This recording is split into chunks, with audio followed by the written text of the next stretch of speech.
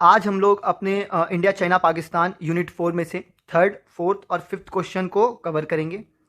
पहले पार्ट में हमने ऊपर एनसीईआरटी के फर्स्ट 2 क्वेश्चंस को कवर किया था और थर्ड क्वेश्चन में हम कवर करेंगे कि इंडिया चाइना पाकिस्तान तीनों के बीच क्या सिमिलरिटीज़ थी डेवलपमेंट पाथवे में, क्या डेवलपमेंटल स्ट्रेटजीज थी जो सेम थी।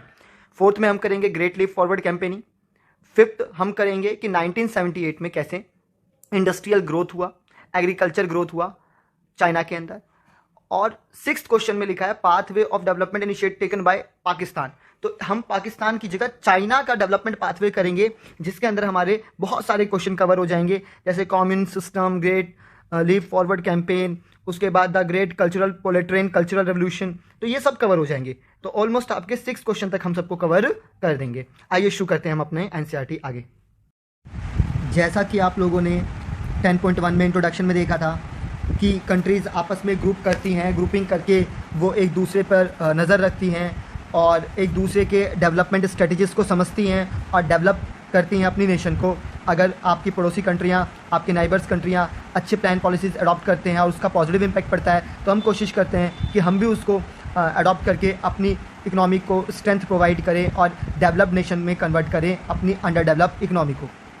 तो 10.2 डेवलपमेंट पाथ के ऊपर है कि चाइना का डेवलपमेंट पाथ कैसा था। तो बेसिकली चाइना जो है वो ही हम तीनों में डेवलप्ड है। इंडिया, चाइना और पाकिस्तान में अगर हम देखें तो डेवलपमेंट स्ट्रेटजीज जो पढ़ने लायक है वो चाइना की है। तो इसलिए एनसीईआरटी ने आपको डेवलपमेंट पाथ की एक इमेज शो की है जो चाइना के द्वारा अडॉप्ट किए गए डेवलपमेंट स्ट्रेटजीज, पॉलिसीज़, प्लान्स के बारे में आपको पढ़ाएगा। तो एक क्वेश्चन से आपके लिए आपको एक इन्फॉर्म करता है बात कि क्या आप जानते हैं कि जो इंडिया, पाकिस्तान और चाइना है, इन्होंने भी एक जैसी डेवलपमेंट स्ट्रेटजीज अपनाई हैं। तो हम समझते हैं कि हम इन तीनों को ही क्यों स्टडी करते हैं और इन तीनों में क्या सिमिलरिटीज़ हैं, इन तीनों की डेवलपमेंट स्ट्रेटजी में क्या सिमिलरिटीज़ हैं और किस वजह से चाइना सबसे ज़्यादा डेवलप हो गया, पाकिस्तान सबसे पीछे रह गया। तो चलिए शुरू करते हैं हम लोग कि पहली सिमिलरिटीज़ तो ये है कि इन तीनों ने ही अपना डेवलपमेंट पाथवे एक साथ शुरू किया था। तीनों ने ही स्टार्टिंग की थी सेम पीरियड में।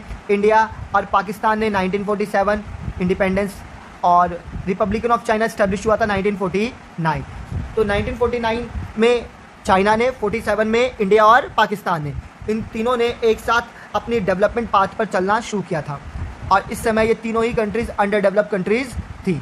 इसके बाद आपके एनसीईआरटी में जवाहरलाल नेहरू जी के एक भाषण को इसमें बताया गया है। उस टाइम आपने सुना होगा, बड़ा नेहरू जी बड़े पॉजिटिव थे चाइनीज़ को लेकर कि हिंदू चीनी भाई भाई और देश में जो भी क्रांतिकारी परिवर्तन है वो उस एशिया की कंट्रीज़ में 2 बड़ी शक्तियों के तौर पर एक भारत और एक चाइना है। इस तरह की उनकी कुछ स्टेटमेंट्स हैं। इसका हमारे टॉपिक से कोई रिलेशन नहीं है, इस पर कोई क्वेश्चन भी नहीं बना। क्वेश्चन है कि तीनों कंट्रीज़ ने क्या सिमिलर स्ट्रेटजीज़ फॉलो की थी। चलिए तो हम देखते हैं कि तीनों कंट्रीज़ की क्या सिमिलर स्ट्रेटजीज़ थी। तो यहाँ आप देखेंगे कि हमारे पास क्वेश्चन बनकर आ गया है, their development strategies in similar way. तो कौन सी उनकी सिमिलर स्ट्रेटजीज थी, पढ़ते हैं हम लोग। तो इंडिया ने, चाइना ने और पाकिस्तान ने, तीनों ने ही जो स्ट्रेटजीज अडॉप्ट की थी वो थी 5 ईयर प्लान। तो इंडिया ने सबसे पहले 5 ईयर प्लान अनाउंस किया था 1951 में। हमारे बाद किया था चाइना ने 1953। तो देखो चाइना ने कब अनाउंस किया था, 1953। ये पहली सिमिलरिटीज़ हैं हमारी डेवलपमेंट स्ट्रेटजीज में। और इंडिया ने अनाउंस किया था 1951 सबसे पहले, और फिर हमें ही देख के पाकिस्तान ने अनाउंस किया था 1956, और जिसका नाम उसने लिखा था मीडियम टर्म डेवलपमेंट। बेसिकली ये 5 year plan short term strategies होती हैं, शॉर्ट टर्म प्लान्स होते हैं। आगे हम देखते हैं कि 2018 में पाकिस्तान जो है वो अपने 12th 5 ईयर प्लान पे काम कर रहा है, जो कि 18 से 23 तक के पीरियड में 5 ईयर प्लान चलेगा। चाइना जो है वो 14th पे काम कर रहा है अपनी, जो 21 से 25 तक चलेगा। और इंडिया जो है 5 ईयर प्लान जो है उसका 2017 में ओवर हो गया है, और उसके बाद अब हम 5 ईयर प्लान्स को नीति आयोग में कन्वर्ट कर चुके हैं। अब हम नीति आयोग के अकॉर्डिंग चलते हैं। तो इंडिया और पाकिस्तान जो हैं आपके, तो इंडिया और पाकिस्तान ने जो सिमिलर स्ट्रेटजीज अडॉप्ट किए हैं उसमें बड़ी बहुत सिमिलरिटीज़ हैं इंडिया और पाकिस्तान की पॉलिसीज़ में। हम दोनों ने ही क्या किया है, तो भारत और पाकिस्तान ने सार्वजनिक क्षेत्र को, पब्लिक सेक्टर को पर ज़्यादा ध्यान दिया है और कोशिश की है कि सोशल वेलफेयर के लिए काम किया जाए, और ज़्यादातर गवर्नमेंट एक्सपेंडिचर को गवर्नमेंट एक्सपेंडिचर से, गवर्नमेंट खर्चों से वहाँ के पब्लिक सेक्टर को, वहाँ के सोशल डेवलपमेंट की तरफ काम किया है। और कहते हैं कि 1980s तक तीनों ही कंट्रीज़ की जो डेवलपमेंट और ग्रोथ रेट थी वो कॉमन सेम थी, मतलब तीनों ही कंट्रियाँ आपस में एक दूसरे के बराबर डेवलपमेंट पर थी। तो मतलब ना इंडिया आगे था, ना चाइना, ना पाकिस्तान। अब क्वेश्चन आता है कि 1980s तक वो तीनों सेम थी और आज, अब क्वेश्चन है कि आज कंपैरिजन करते हैं तो किसकी क्या स्थिति है ये बताना है हमें कि एक दूसरे की तुलना में आज की स्थिति क्या है। तो देखिए, बगैर हम चैप्टर पढ़े तो ये बता ही नहीं सकते कि क्या कंपैरिजन है, क्या स्थिति है, कौन बेटर है, कौन पुअर स्टेज में है। तो इसके लिए आपको एक चैप्टर पढ़ना पड़ेगा और इसी के लिए हम लोग शुरू करते हैं चाइना का historical pathway of development policy. तो डेवलपमेंट पॉलिसी यहाँ से आपका तीसरा क्वेश्चन बनता है। चौथा, historical pathway of development policy in China. China का डेवलपमेंट पॉलिसी के क्या हिस्टोरिकल पाथवे है। तो चलिए शुरू करते हैं हम चाइना के हिस्टोरिकल पाथवे को। तो चाइना ने 1949 में वन पार्टी रूल सेट किया था। तो after the establishment of Republican of China in 1949, one party rule. China में सिर्फ एक ही पार्टी है जो इलेक्शन लड़ती है और उसी में से गवर्नमेंट को सिलेक्ट किया जाता है।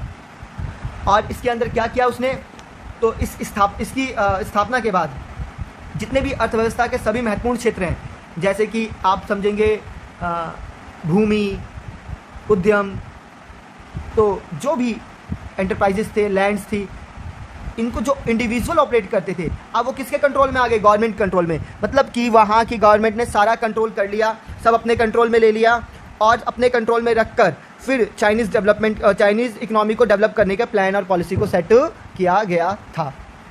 तो सबसे पहले तो ये था कि सारा गवर्नमेंट कंट्रोल में आना चाहिए। इसके बाद देखते हैं कि क्या क्या उसके डेवलपमेंट पाथवे हुए, डेवलपमेंट पाथवे में क्या क्या किया उसने। तो यहाँ से आपका एक फिफ्थ क्वेश्चन बनता है कि उसका पहला पाथवे था, पहला जो उसकी बहुत फेमस पॉलिसी है उसका नाम है GLF, the great leap forward campaigning. तो ग्रेट लीप फॉरवर्ड कैंपेनिंग जो था वो इनिशिएट किया था 1958 में। इसका एम क्या था, तो इंडस्ट्रियलाइजेशन द कंट्री, उद्योगीकरण। हमारे देश मतलब चाइना अपने देश में बड़े स्केल पर उद्योगों को सेट कर रहा था और इंडस्ट्रियलाइजेशन को फैला रहा था, क्योंकि उसने ये चीज़ सबक और सीख ली थी ब्रिटेन से कि ब्रिटेन दुनिया का पहला इंडस्ट्रियलाइज कंट्री है और उसने कैसे पूरी दुनिया को अपने कब्जे में लिया, अपने नियंत्रण में लिया, अपने कंट्रोल में लिया। तो उसे लगा कि अगर किसी भी इकोनॉमी को डेवलप होना है तो उसको सबसे पहले अपनी इंडस्ट्री को मजबूत करना होगा। इसलिए उसने अपनी कंट्री में ग्रेट लीप फॉरवर्ड कैंपेन चलाया। इसके अंदर उसने इंकरेज किया अपने देश के लोगों को कि वो अपने घर में कम से कम एक उद्योग की स्थापना तो ज़रूर करे। तो उनके घर में जो भी खाली जगह है, घर के आगे पीछे जहाँ भी उसके पास जगह है, वह वहाँ एक उद्योग सेट करे, एक इंडस्ट्री को सेट करे। ये ऑब्जेक्टिव था इस पॉलिसी का, इस कैंपेन का। अब जब इंडस्ट्रियाँ होंगी तो साथ में रॉ मटेरियल की भी ज़रूरत होगी। तो रॉ मटेरियल के लिए उसने रूरल एरियाज़ में कॉम्यून सिस्टम स्टार्ट कर दिया। कॉम्यून सिस्टम क्या है, तो इसमें उसने क्या किया, जितनी भी ज़मीनें थी जितने भी किसान थे उनको एक ग्रुप्स में कन्वर्ट कर दिया और टोटल बड़े बड़े ग्रुप्स बनाए और 26,000 कॉम्यून्स सेट किए गए। मतलब कि ये समझिए कि जितने भी किसान हैं 100 to 200 के ग्रुप क्रिएट किए गए और ऐसे 26,000 कॉम्यून्स बने और उनके बीच लैंड जो गवर्नमेंट ने अपने कंट्रोल में ले लिया था वो उनको दे दिया कि आप इसको यूज़ करो, पर आप इसे रेजिडेंशियल पर्पज़ के लिए यूज़ नहीं कर सकते, आप सिर्फ इसे कल्टीवेशन के लिए यूज़ करें और कल्टीवेट करके हमारे देश में रॉ मटेरियल प्रोवाइड करें हमारी इंडस्ट्री को, ताकि हमारी इंडस्ट्री ग्रोथ कर सके। पर क्या हुआ कि GLF पॉलिसी वैसे देखा जाए तो बहुत सक्सेसफुल पॉलिसी बनती, पर ये कुछ वजह से फ्लॉप होगी। तो कुछ दो रीजंस इसमें बताए गए हैं NCERT के थ्रू कि GLF campaign met with many problems. तो क्या क्या प्रॉब्लम्स थी, तो देखो सबसे पहले तो ये प्रॉब्लम थी कि भयंकर सूखे की वजह से कहते हैं कि वहाँ 30 मिलियन लोग मर गए थे चाइना में, और साथ ही रशिया के साथ उसका कुछ कन्फ्लिक्ट हो गया था और इसकी वजह से चाइना से उसने अपने प्रोफेशनल्स को अपने जो उन्होंने वहाँ इंडस्ट्रियाँ सेट करने के लिए भेजा था उनको वापस बुला लिया था। तो ये GLF के साथ प्रॉब्लम रही कि GLF कैंपेन में पहला तो वो सूखे की वजह से इतने लोगों की मृत्यु और साथ में रशिया और चाइना कन्फ्लिक्ट की वजह से वहाँ से अपने प्रोफेशनल्स को उसने बुला लिया जो वहाँ इंडस्ट्रियल प्रोसेस में हेल्प करने गए थे। तो 1965 में माओ जो उस टाइम के लीडर थे जिनको द ग्रेट जापान बनाने का सबसे बड़ा कर्ता माना जाता है, तो उन्होंने 1965 में द ग्रेट पोलिटरन कल्चरल रेवोल्यूशन की स्थापना की। इसके अंदर क्या था कि स्टूडेंट और प्रोफेशनल्स को गांव में भेजकर वहाँ पढ़ने और वहाँ काम को समझने और सिखाने के लिए भेजा जाता था। तो जो भी स्टूडेंट्स थे, जो भी प्रोफेशनल्स थे, उन्हें ग्रामीण क्षेत्रों में काम करने और अध्ययन करने के लिए भेजा गया। साथ ही इसके अंदर अब हम पढ़ेंगे कि इन सब पॉलिसीज़ के बाद देखा आपने जी कि 1965 में ग्रेट लीप कल्चरल रेवोल्यूशन आया, 1976 तक ये चला, जैसे हमारे देश में ग्रीन रेवोल्यूशन चला वैसे ही ये वहाँ चला। इसके बाद 1978 में चाइना ने रिफॉर्म्स इंट्रोड्यूस किया था, और यही वो पॉलिसी है जिसके बाद चाइना ने 2 डिजिट्स ग्रोथ को अटेन किया और दुनिया की दूसरी सबसे बड़ी अर्थव्यवस्था, पीपीपी में पहली सबसे बड़ी अर्थव्यवस्था, आर्मी पावर हर चीज़ में दुनिया की सबसे बड़ी अर्थव्यवस्था बनकर तैयार हुआ है। तो 1978 रिफॉर्म प्रोसेस है चाइना का। चाइना ने इस फेस में क्या किया, तो हम देखते हैं कि चाइना ने रिफॉर्म्स में क्या क्या किया था। तो चाइना ने इंट्रोड्यूस किया था रिफॉर्म फेसेस में इनिशियली एग्रीकल्चर, फॉरेन ट्रेड और इन्वेस्टमेंट सेक्टर, मतलब कि उसने प्राइमरी, सेकेंडरी और टर्शरी तीनों सेक्टर, सर्विस सेक्टर्स, तीनों ही सेक्टर को रिफॉर्म किया। इसके अंदर सबसे पहले उसने एग्रीकल्चर में क्या किया, तो जितने भी कॉम्यून लैंड्स थे, जितने भी उसने कोऑपरेटिव लैंड्स बनाए थे ऊपर, उनको डिवाइड कर दिए स्मॉल प्लॉट्स में, मतलब उसने ऊपर कॉम्यून्स बनाए थे, अब उसको वापस डिवाइड कर दिए। और पहले उसने कम्यून्स के हाथों में दिए थे, ग्रुप्स के हाथों में, अब इंडिविजुअल हाउस होल्ड्स को उन्होंने वो ज़मीन प्रोवाइड करी और कहा कि आप इस पर काम करें और इससे जो भी इनकम होगी टैक्स काटने के बाद सारा पैसा आपका अपना होगा, जिससे एग्रीकल्चर एक्टिविटीज़ को उसने प्रोडक्टिविटी को इंक्रीज़ करने की कोशिश की। इसके बाद उसने इंडस्ट्रियल सेक्टर के लिए क्या किया, तो इंडस्ट्रियल सेक्टर के लिए उसने जो प्राइवेट सेक्टर फर्म है उनको इंकरेज करने के लिए उसने बड़ा ही अनोखा सा काम किया। उसने क्या किया कि जो वहाँ के लोकल्स थे उनको अलाउ कर दिया कि आप अपने ओन ऑपरेट करे हुए, मतलब आप खुद अपने बिजनेसेस को चला सकते हैं। आप अपने बिजनेसेस खोलिए और उसको चलाइए। इससे होगा क्या, जब आप अपने बिजनेसेस ओपन करेंगे और उसे चलाएंगे तो गवर्नमेंट एंटरप्राइजेस को कंपटीशन मिलेगा, और गवर्नमेंट एंटरप्राइजेस को जब कंपटीशन मिलेगा तो वो उस आपके और उसके बीच कंपटीशन होगा, तो वो अपने आप को बेहतर परफॉर्म करने के लिए आगे लेकर आएगा। इंडिया में याद करो कि इंडिया में सारा कंट्रोल पब्लिक सेक्टर को दे दिया था ताकि कंपटीशन खत्म हो जाए, पर चाइना ने खुद कंपटीशन क्रिएट किया ताकि लो से लो कॉस्ट पर चीज़ों को प्रोड्यूस कर सके और मैन्युफैक्चरिंग हब बन सके पूरी दुनिया के अंदर। ये था माओ तुसुंग का दिमाग, जिसके थ्रू उन्होंने चाइना को द ग्रेट चाइना में कन्वर्ट कर दिया।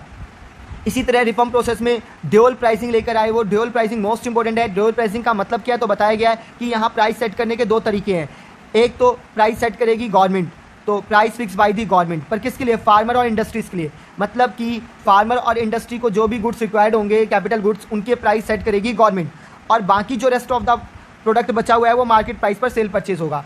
तो ड्यूअल प्राइसिंग सिस्टम में उन्होंने प्रोड्यूसर और फार्मर्स को लो कॉस्ट पर चीज़ें प्रोवाइड करने की कोशिश की, ताकि उनकी कॉस्ट कम आए, उनकी इनपुट प्राइस कम हो और वो ज़्यादा आउटपुट प्रोड्यूस कर सके, ताकि वे अपने देश के साथ साथ रेस्ट ऑफ द वर्ल्ड में भी अपने प्रोडक्ट को सेल कर सके। साथ ही इन्होंने अपनी प्रोडक्टिविटी को बढ़ाया, इतना ज़्यादा बढ़ाया ताकि रेस्ट ऑफ द वर्ल्ड से एफडीआई अट्रैक्ट हो, और वो उनके देश में अट्रैक्ट करने के लिए उन्होंने स्पेशल इकोनॉमिक जोन सेट किए ताकि जितने भी एफडीआई इन्वेस्टर्स हैं उनको फ़ायदा मिले और इनके देश का जो वर्कफोर्स है वो एम्प्लॉयड होए और उनकी टेक्निक्स को सीखे, उनके काम को सीखे, उनके काम के करने के तरीकों को सीखे, मैनेजमेंट को सीखे और आगे अपने देश को ग्रोथ और डेवलप करे। तो ये पूरा पाथवे था आपका चाइना डेवलपमेंट पाथवे।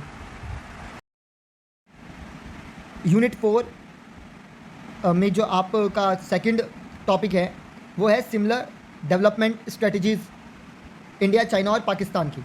तो हम लोग इसमें पढ़ेंगे कि क्या सिमिलरिटीज़ रही इंडिया, चाइना और पाकिस्तान की, और साथ ही हमारे एनसीईआरटी का थर्ड क्वेश्चन भी बनता है कि तीनों कंट्रीज़ के बीच क्या सिमिलरिटीज़ रही, क्या सिमिलर डेवलपमेंट स्ट्रेटजीज़ रही, जबकि तीनों ही देश अलग अलग हैं। तो देखो, पहली जो सिमिलरिटीज़ है इनके बीच कि तीनों ही कंट्रियों ने अपना डेवलपमेंट पाथ सेम टाइम पे स्टार्ट किया था। तीनों ही कंट्री ने अपना डेवलपमेंट पाथ सेम टाइम पे स्टार्ट किया था। इंडिया ने 1947, पाकिस्तान ने भी 1947 और चाइना ने 1949 रिपब्लिकन ऑफ चाइना सेट किया था। साथ ही दूसरी अगर आप सिमिलरिटीज़ देखेंगे तो तीनों ने ही सेम प्लान अडॉप्ट किया था, 5 ईयर प्लान। इंडिया ने 51 में, पाकिस्तान ने 56 में और चाइना ने 53 में। तो देखो इनकी डेवलपमेंट स्ट्रेटजीज़ भी सेम है और इनकी डेवलपमेंट पाथ पे चलने का टाइम भी सेम था। तीसरा, जो आपकी तीनों कंट्रीज़ हैं, इन तीनों ने इकोनॉमिक रिफॉर्म्स को अपनाया था, इम्प्लीमेंट किया था अपनी इकोनॉमी बूस्ट करने के लिए। चाइना ने सबसे पहले 1978 में, पाकिस्तान ने 1988 में और इंडिया ने 1991 में। और साथ ही एक लाइन ये भी लिखी गई है एनसीईआरटी में कि 1980s तक ये तीनों कंट्रियाँ जो थी उनकी सिमिलर ग्रोथ रेट था और पर कैपिटा इनकम थी। तो ये थर्ड क्वेश्चन हमारा कि तीनों कंट्रीज़ में क्या सिमिलरिटीज़ हैं, क्या सिमिलर डेवलपमेंट स्ट्रेटजीज़ हैं। चौथा क्वेश्चन भी उसी टॉपिक से बनता है जिसमें ग्रोथ पाथवे ऑफ चाइना हम पढ़ेंगे। तो describe the path of development initiatives taken by China. तो देखिए इंडिया चाइना पाकिस्तान में से इंडिया के लिए तो आपने पहले की 3 यूनिट पढ़ी रखी है।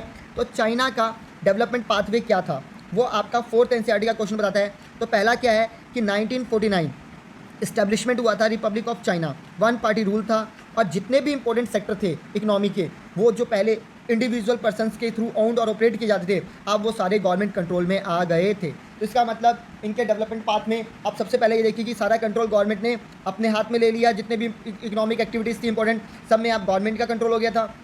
दूसरा, the great leap forward campaigning initiated in 1958। तो 1958 में इन्होंने great leap forward campaigning initiate किया था जिसका एम था मैसिव स्केल पे इंडस्ट्रियलाइज करना और लोगों को इंकरेज करना कि वो अपने बैकयार्ड्स में इंडस्ट्री को सेट करें।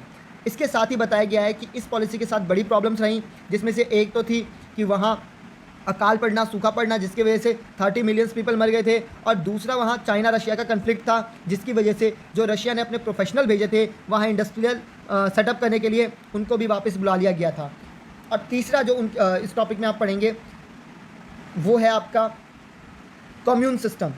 इंडस्ट्रियल ग्रोथ के लिए रॉ मटेरियल बहुत ज़रूरी है। तो जैसे ही उसने ग्रेट लीप फॉरवर्ड कैंपेनिंग चलाया साथ साथ वो कम्यून सिस्टम भी लेकर आ रहा था। कम्यून सिस्टम क्या है तो देखिए development of the agriculture sector के लिए उन्होंने कम्यून सिस्टम को सेट किया था। कम्यून सिस्टम रूरल एरिया में सेट किया गया था एग्रीकल्चर प्रोडक्टिविटी को इंक्रीज़ करने के लिए। इसके अंदर जितने भी फार्मर्स हैं उनको एक कमेटीज़ में कन्वर्ट कर दिया, एक क्यूमुलेट कर दिया, कलेक्ट कर दिया और लैंड्स को डिवाइड कर दिया और इस तरीके से उन्होंने लैंड्स के बड़े बड़े हिस्सों को एक ग्रुप ऑफ फार्मर्स के हाथ में दे दिया और कहते हैं कि जितने भी फार्मर्स हैं उन सबको 26,000 कॉम्यून्स में कन्वर्ट कर दिया गया था 1958 तक।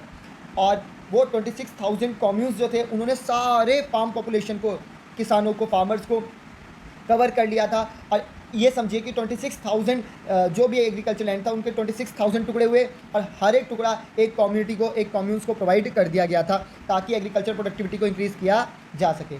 साथ ही 1965 में माओ ने इंट्रोड्यूस किया था ग्रेट प्रोलेटरियन कल्चरल रेवोल्यूशन। जो ग्रेट प्रोलेटरियन कल्चरल रेवोल्यूशन है आपका, इसके अंदर क्या था तो स्टूडेंट्स को और प्रोफेशनल्स को भेजा गया था गाँव की तरफ कि जाइए वहाँ जाके काम करिए और सीखिए और रूरल एरिया के डेवलपमेंट को तेज़ी से बढ़ाने में मदद करें। तो ये 3 इंडिविजुअल तौर पे भी आते हैं, 3-3, 2-2 मार्क्स के। और पूरा पाथवे ऑफ चाइना में मैंने अलग अलग स्टेप में से बता रखा है।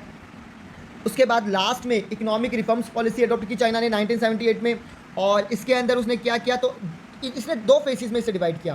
पहले फेज़ के अंदर उसने एग्रीकल्चर, फॉरेन ट्रेड और इन्वेस्टमेंट सेक्टर्स को रिफॉर्म किया और दूसरे फाइनल स्टेज में उसने क्या किया ड्यूअल प्राइसिंग सिस्टम और स्पेशल इकोनॉमिक जोन लेकर आया था जिसमें आपका ड्यूअल प्राइसिंग सिस्टम और स्पेशल इकोनॉमिक जोन कई बार एग्जाम में आया है। तो वो देखिए ड्यूअल प्राइसिंग सिस्टम क्या होता है तो dual pricing system price set करने के 2 तरीके हैं। एक तो बाय और सेल होगा गवर्नमेंट के थ्रू फिक्स किए गए प्राइस पर और दूसरा जो है मार्केट प्राइस पर सेल परचेज होगा। तो यहाँ क्या है, यहाँ इंडस्ट्री और फार्मर जो भी इनपुट आउटपुट खरीदेंगे वो गवर्नमेंट के थ्रू जो प्राइस फिक्स किया जाएगा उसके थ्रू खरीदेंगे और बाकी जो लोग हैं रेस्ट ऑफ द पर्सन जो सिटीजन बच गए हैं मार्केट के अंदर वो सारे मार्केट प्राइस पर ट्रेड करेंगे। और दूसरा जो इन्होंने अडॉप्ट की थी पॉलिसी वो थी स्पेशल इकोनॉमिक जोन जो फॉरेन इन्वेस्टर को अट्रैक्ट करने के लिए बनाई गई थी। इसके अंदर क्या था तो आप देखेंगे कि कभी भी कोई भी कंट्री जो स्पेशल इकोनॉमिक जोन बनाता है वो कुछ फैसिलिटीज़ देता है ताकि एफडीआई को प्रमोट किया जा सके। तो जैसे यहाँ है कि provision of infrastructure facility at lower cost, मतलब जितनी भी आपको इंडस्ट्रियल फैसिलिटी चाहिए आपको लो से लो कॉस्ट पे प्रोवाइड की जाएगी। साथ ही टैक्स कंसेशन दिया जाएगा और जितने भी प्रोजेक्ट्स हैं उसको सिंगल विंडो क्लियरेंस दिया जाएगा और साथ ही इंपोर्ट एक्सपोर्ट पर लगने वाले जितने भी लाइसेंस और टैक्सेस होते हैं, ड्यूटीज़ होती हैं, उन सबको भी हटा दिया जाएगा। तो ये सारा जो काम है ये किया गया है इसके अंदर। तो ये सारी चीज़ें जो आपने देखी वो हमारे ग्रोथ पाथवे ऑफ चाइना के अंदर आई थी। अगला क्वेश्चन हमारा होगा ग्रोथ पाथवे ऑफ पाकिस्तान, उसे हम अपनी नेक्स्ट वीडियो में कवर करेंगे।